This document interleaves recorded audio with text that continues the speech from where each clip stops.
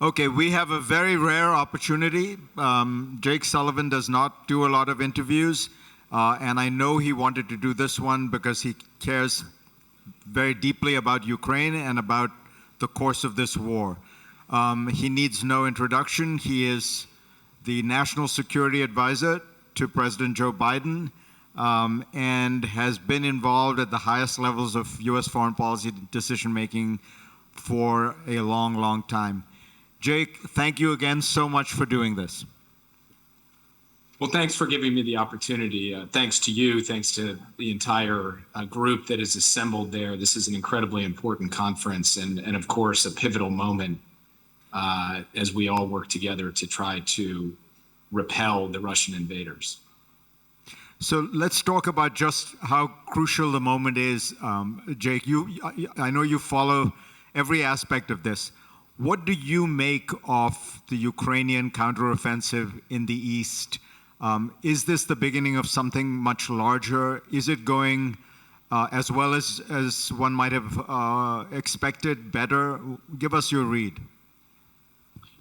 Well, first, Fareed, I make it a general practice to defer questions about the state of the military campaign to the Ukrainian military itself, because they're the ones doing the fighting. They're the ones taking the casualties. They're on the front lines.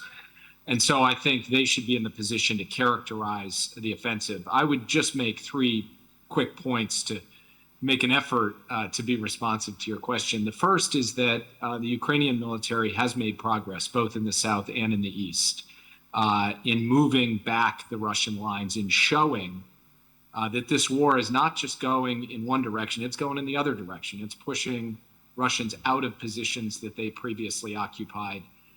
And this is good both tactically on the battlefield, and it's good strategically to send a message to Moscow and to the rest of the world that Ukraine is intent on taking back territory. Second, the pressure that the Ukrainians are putting on the front lines, are putting on the Russians in both Kyiv and in Kherson is having an impact on the Russian capacity to be on offense in other parts of the country because they're having to pull units that they would otherwise be using to try to gain more territory to defend the Ukrainian attacks. And this also serves the larger strategic purposes of the Ukrainian armed forces. And then finally, this counteroffensive is showing that Ukraine is going to contest these occupied areas and is not going to simply let Russia move forward with the political designs that it has indicated it has for these areas. And that too sends a very clear message at the political diplomatic level, in addition to the tactical military level. So for all of these reasons, we are proud to be supporting this effort logistically with a steady supply of weapons and arms and with close coordination with the Ukrainian armed forces in terms of what their needs are that we are trying to fill through the regular provision of military equipment that gets announced out of the White House here basically every couple of weeks, including just this week, a $645 million package of artillery, ammunition, and other armaments that have been so useful for the Ukrainian armed forces to be able to put to work on the front lines.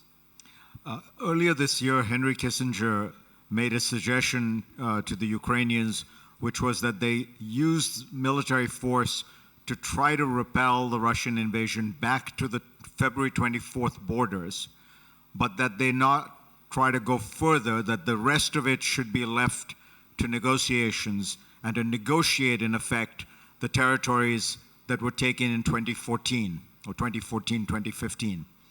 Do you think that's a wise course of action?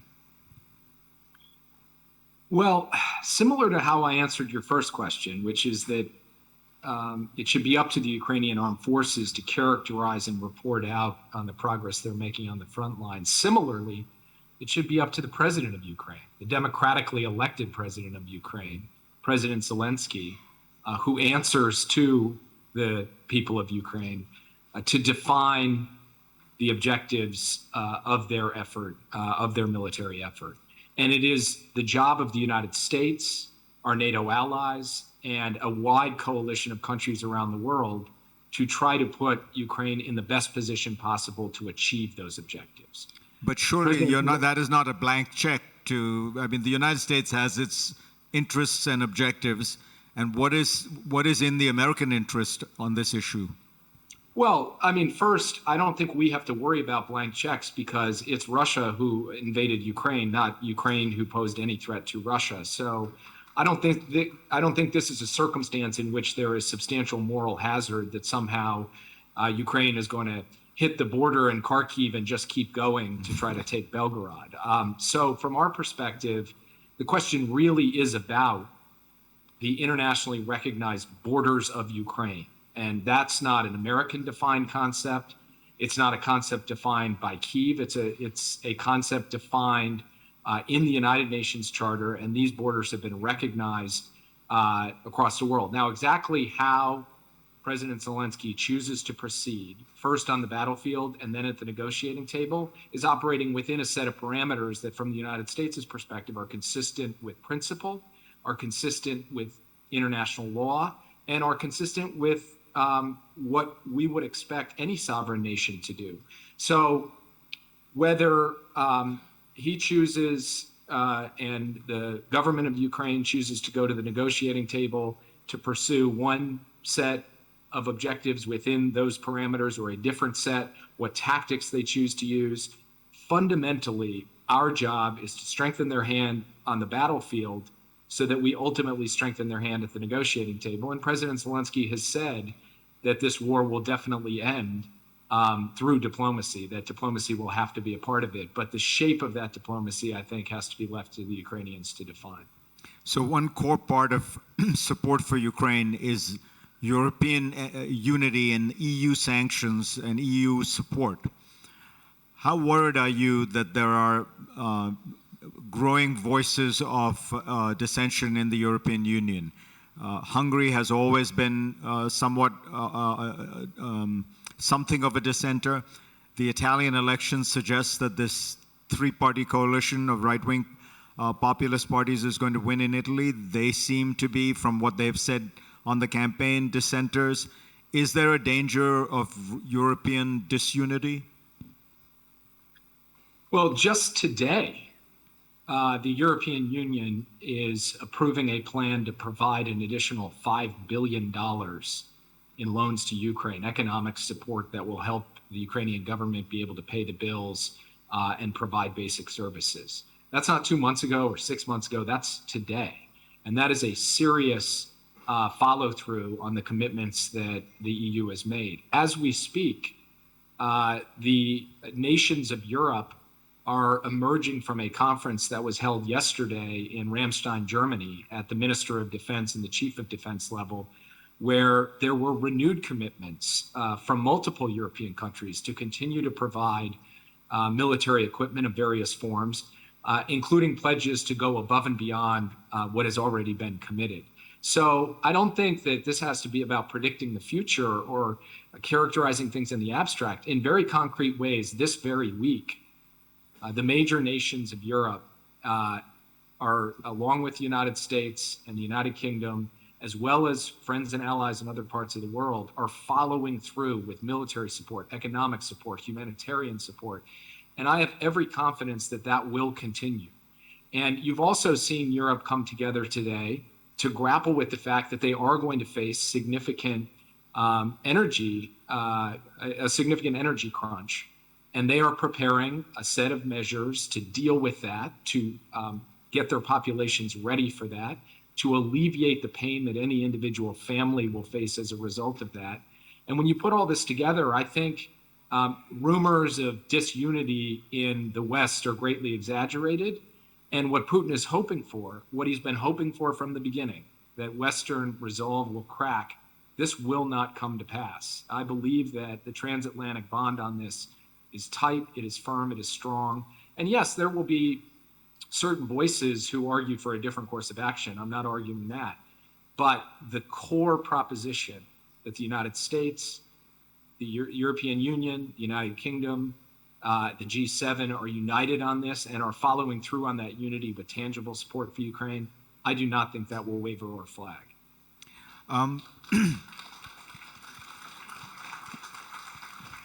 Let me ask you about the energy, because it does seem like this is the heart of the complexity here is that the restrictions, let's say, that have been placed on Russian energy have had the effect of raising prices. And all estimates suggest that Vladimir Putin and the Russian state are actually making more money this year than they made last year off energy. That the Russian state has actually, in a sense, profited from this. And I understand the other the Russian sanctions on Russia have had a much more punitive effect. But on energy, I want to ask you whether there is another way to think about this. And I know you're going to tell me about the price cap, so let me just suggest to you that the price cap is not going to work, because the Chinese and the Indians are going to buy everything that the Europeans don't, and Putin has already said that. He said, fine, the Europeans don't buy the stuff, well, I'll sell it elsewhere. Is there a solution to this problem? And if there isn't, what's the point of having the sanctions on Russian energy? If you want to lower the price, doesn't it make more sense to have more supply on the market? Well, first, obviously, you and I have a different point of view on the price cap. Alongside the rest of the G7, the United States believes that moving forward with the price cap can have a salutary effect in denying revenues to Putin. That can come when the price cap is ultimately implemented for countries who can drive a tougher bargain with Moscow, and even for countries who may not formally adopt the price cap. They will be in a different position when it comes to actually negotiating their own contracts. And if you look back over the course of the last 6 months, it is partly a story about Russia discounting its oil in order to be able to sell it in larger quantities to certain customers. So from our perspective, the entire initiative around the price cap can and will end up having an impact on reducing the amount of revenues that are going into the Russian state's coffers. That's point one. Point two is that we are, in fact, supportive of getting additional supply on the market. And in the United States alone, there has been an increase of supply over the course of this year. That has come in two forms. First, the president took the historic decision to release the equivalent of 1 million barrels a day for 6 months. And second, he did so to bridge to a time when American energy production overall would rise, so that the United States was supplying more oil to the global market. Finally, we have seen over the course of the past several months an increase in the overall number of barrels being provided by other energy producers around the world. And the net result on the price of oil, the impact on what we see in terms of global oil markets has been meaningful, material, compared to where we were just a couple of months ago. That still leaves the issue of gas.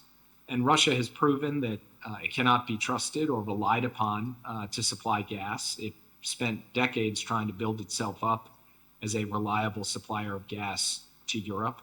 And Europe now is finally making bold and decisive decisions to end their dependence on Russian gas and to remove, over the midterm, Putin's ability to use gas as a weapon against Europe. That is going to change the strategic landscape of Europe for the foreseeable future, and it is going to put Russia in a substantially disadvantaged position, both economically and strategically, as we look out into the future.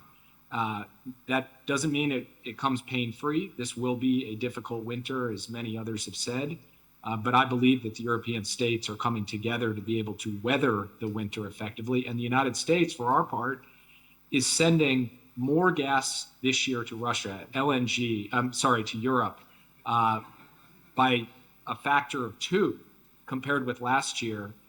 We committed to get 15 billion cubic meters of LNG from March to September. We have done that to the European Union, and we will do more in the months ahead. Let me ask you about China. How would you describe China's current position on this conflict? We know that it has formally backed Russia. We also know that they have not, for the most part, violated U.S. sanctions. Their companies have not. So they seem to be playing a game of offering, rhetorical support, but not a huge amount of material support. Have I misstated that? How and more importantly, has it changed in the last few months? So I think China has tried to tell different things to different countries about its position on the conflict because it finds itself in a deeply uncomfortable position. In February, President Xi and President Putin announced this partnership without limits just weeks before Russia embarked on this brazen invasion of Ukraine. China has put out a series of neutral principles to try to suggest that somehow it's not taking sides in the conflict. But of course, it has given all forms of diplomatic cover to Russia over the course of the last 6 months, and so has to be counted as a country that is more in the Russian camp when it comes to the invasion of Ukraine. And frankly, the rest of the world should take notice of that. Certainly the countries of Europe have taken notice of that. In terms of material support to Russia for its invasion of Ukraine, we have not seen China supply military equipment, something we were concerned about early on.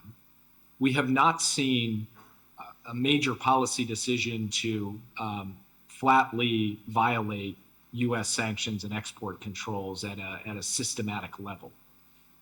But we are concerned about the deepening economic ties between China and Russia and steps that China is taking through market transactions to provide goods and services to Russia. That's something that concerns us. We have conversations with Beijing about that, and we will continue to monitor that carefully. Is it likely that this Putin's still in power? Чи висока ймовірність?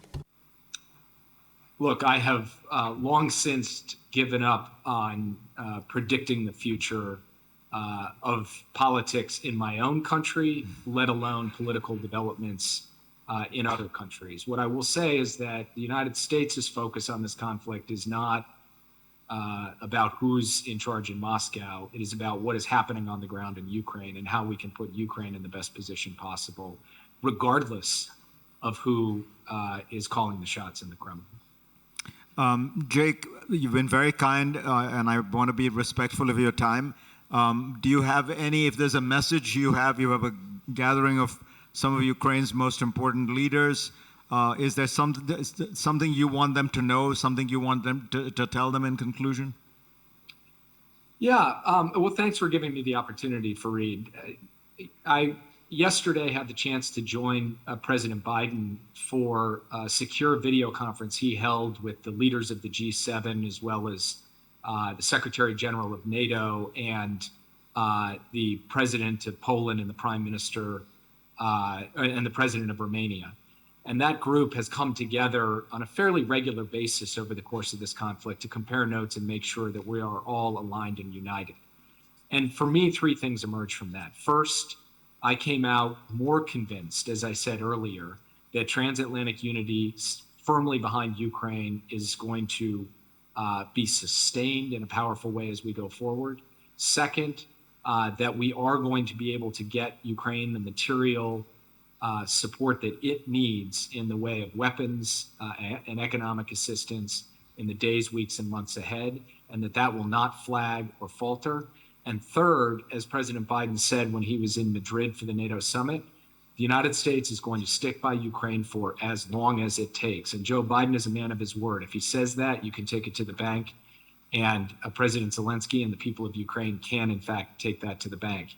These are hard days. The days ahead could be even harder, but the United States is going to be there every step of the way to support a strong, sovereign, viable, independent Ukraine that is capable of repelling Russian aggression and that comes out of the other side of this conflict even stronger and more united as a country, and that the West and the free world will come out of this even stronger and more united than we went in.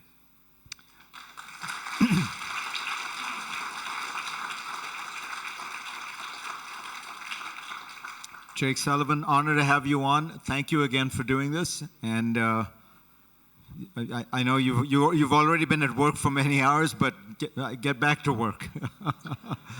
Thank you, and thanks to all of you, and best of luck. Take care.